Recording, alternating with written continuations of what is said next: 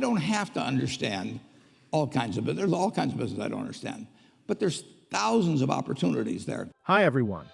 Wouldn't it be cool to have your money make more money for you? That's the idea of passive income, which I'll share with you in this video. Think of your income as seeds. If you put them in a jar, they remain seeds until you take them out. But if you plant your seeds in a garden, they'll germinate and grow into many plants after some time. Many people focus on getting jobs to earn enough money to cover their bills and save some for the rainy day. There's nothing wrong with this, but the right investments can make you more money and guarantee an even more secure future. If you get paid $10,000 today and keep it under your mattress, it will remain $10,000. And you may even need to spend some or all of it at some point. But if you invest it, it could make you cool money over time. For example, investing $10,000 in a stock portfolio with a 7% annual return will make $10,700 after the first year. Over a decade, your initial $10,000 investment could grow into something huge via compounding interest. If you invest in a company, you get to share some of their profits after some time. The yield on your investment is called a dividend. Do you know you can reinvest your dividend and earn more money? So, let's say you earn $10,000 in dividends from an earlier investment. How can you generate even more money from your dividend? A dividend reinvestment plan, or DRP, is a program that allows you to reinvest your dividend annually for as long as you choose. Watch more about it in this video. And how they work for ETFs. Now, I think a lot of investors that have invested in bank shares, in Telstra and Woolworths and BHP will be used to the option to reinvest your dividends. Often when you get your dividend each year, the company will give you the opportunity to buy shares either at the current market price or sometimes at a small discount. Chris Brickey explains that some firms offer investors the opportunity to reinvest their dividends, eliminating the cost of employing a brokerage service. So, at the end of the year, instead of receiving cash, the company will reinvest your dividend for you. If there's a change in share price or dividend rate, it will apply automatically to your portfolio. When you reinvest your $10,000 dividend, you acquire more shares of the same company's stock. So DRP increases your share ownership of the company, which means you also benefit from the company's success. If the company's capital appreciates, your investment will also increase in value, impacting your overall portfolio. Imagine you receive a dividend of $10,000 from an investment with a stock worth $100 per share. You can buy an additional 100 shares with your dividend via DRP. If the values of the shares increase to $130 per share, the value of your investment also becomes $130 per share. The company will automatically make the necessary market changes for you. Essentially, the more the stock value grows, the more your portfolio grows, and you don't even need to lift a finger. Another advantage of the DRP is that it is commission-free, and you can even get a discount. You can also buy fractional shares via the DRP program. You decide what % of your dividend goes into DRP, how long it stays, and when you want to withdraw. However, as cool as it sounds, DRP also has its downsides. For one, it can be risky. It's like putting all your eggs in one basket, unless you already have some eggs in other baskets. If the stock value crashes, you may lose a huge chunk of your investment. Another downside with DRP is that it makes your portfolio scanty and limited, especially if that's your only investment. The second way to grow your $10,000 dividend is by investing in the S&P 500. S&P 500 stands for Standard & Poor's 500, a stock market index that measures the performance of 500 large companies listed on the U.S. stock market. These companies are drawn from different sectors of the economy. While their average dividend may seem low, many companies have a history of long-term growth that comes with increasing dividend yields. Since the S&P 500 comprises companies from various sectors of the economy, investors use the index to gauge the U.S. economy by analyzing how the index is performing at any given time. So if the index increases, many large companies perform well and vice versa.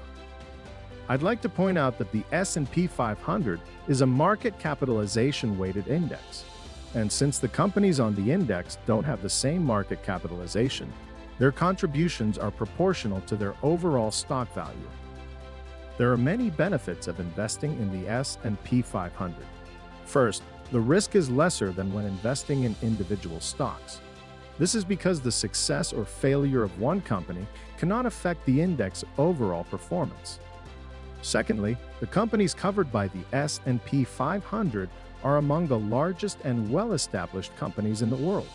I'm talking about top firms like Amazon, Apple, Coca-Cola, Microsoft, Nvidia, etc. Investing your dividend in these companies is safer than investing in smaller, less established companies.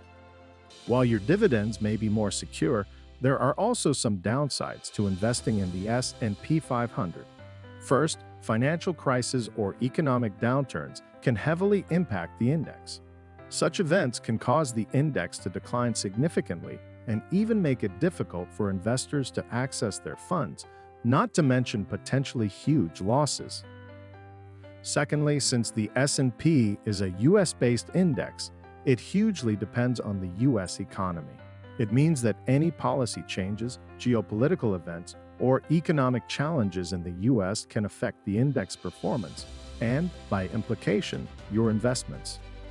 For instance, the S&P 500 index suffered a steady decline from December 2023, eventually decreasing by 0.46% in January 2024 after a strong performance in the previous months, as you can see in the graph below from Google Finance. Why did this happen? Many investors locked in their profits due to uncertainty over the Fed policy on interest rates. Investors are awaiting the minutes of the Fed December meeting to inform their next strategy, and until this document is public, they'll keep profits locked in. You can also grow your $10,000 dividend by investing it in the Dow Jones Industrial Average. The DJIA is a stock index that monitors the performance of 30 large US-based blue-chip stock companies. It's similar to the S&P 500, but is limited to just 30 companies in this case. These companies cover various sectors of the economy like healthcare, finance, and information technology. Learn more on this video. The Dow is composed of 30 American companies, and it's supposed to be representative of the overall market in most of the big sectors of the economy. Taking a look at the Dow components, you can see it includes some technology stocks. You've got Apple, Microsoft is in there. You have some financial stocks like JP Morgan, Goldman Sachs. You've got healthcare stocks like United Health Group, Boeing, an industrial stock, and then some consumer-facing stocks as well. You can buy shares from its index funds to invest in the Dow Jones. This will expose you to stocks from all 30 companies, and you can buy shares from as many as possible. However, you should understand the market before buying a company's shares.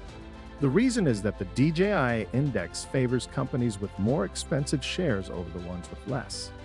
Also, market changes in DJIA mean increased or decreased dividends. You might want to ask, what can you do when it seems like your stock is losing value? DJIA provides investors the protective put option, usually activated in difficult times. When activated, investors can sell the specified stock by putting it at an already stated amount. It helps cut down their loss so that they do not lose everything. Another way to earn extra cash in your investment is by selling call options. If you've held your asset as an investor for a long time, and the market seems stable, you can sell call options. It's like selling a part of that asset to potential buyers. However, this operation is guided by certain rules, so you must fulfill all the necessary obligations. Do you know there's an investment option in the DJIA called the Top 10? This involves buying the top 10 highest dividend-yielding stocks in the DJIA at the turn of the year. You have to hold it until the end of the year before you can sell it. You can then use the returns to purchase stocks for the next year. This strategy has worked favorably for many investors. These strategies will help you ensure you always get yields at the end of each year. It's important to mention that whether you invest in the companies or the product that tracks the DJIA, there are risks involved. However, the risk is higher if you invest in DJI trackers.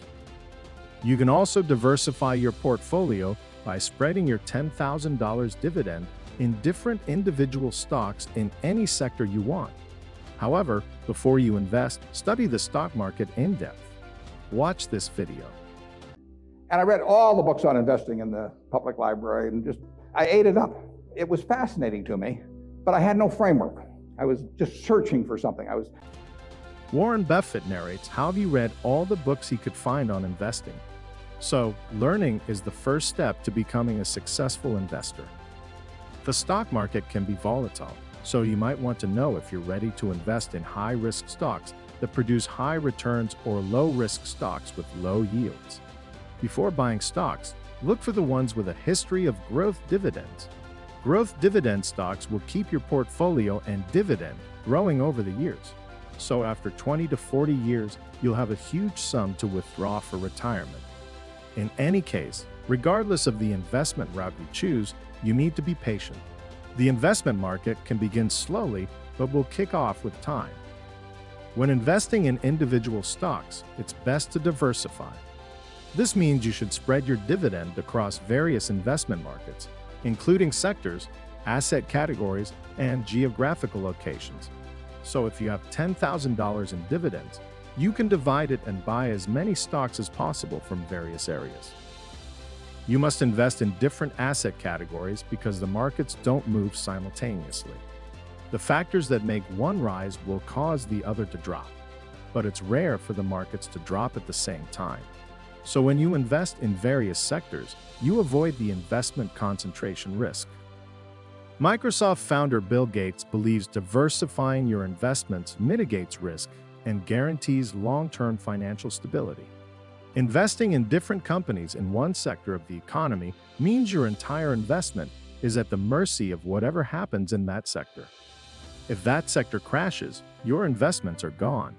But if you invest in different sectors, you have more security. The same thing applies to investing in different geographical locations. The economy of every country is not the same, so some or most of your investments are sure to yield dividends regularly. Also, sectors and assets have different dividend yields. Some are higher than others, so you can make more money when you diversify. Another benefit of diversification is that it can improve your risk tolerance. Since you have multiple investments, you can make high-risk investments. High-risk investments have a high dividend yield if they pull through, but they also come with the risk of losing it all.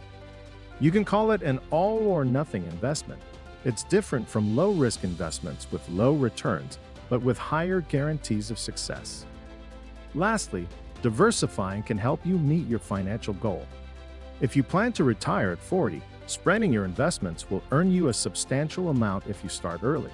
You cannot compare the dividends of an investor who earns from 7 to 10 sources with one who earns from 1 or 2 sources. Again, as you invest, check your investments to see which has a greater and a more stable yield. You can then take dividends from some low-yielding investments and add to the high-yielding ones to boost them. This is called periodic investment. Thank you for watching. If you haven't started investing, now would be the best time to start. It's never too late. Or have you started investing? How do you plan on growing your dividend? Which investment strategy appeals to you? Let me know in the comments. Thank you. What do you think about this topic? Let me know in the comments section below. Don't forget to like, share, and subscribe to Finance Soon channel. I'll see you in the next video.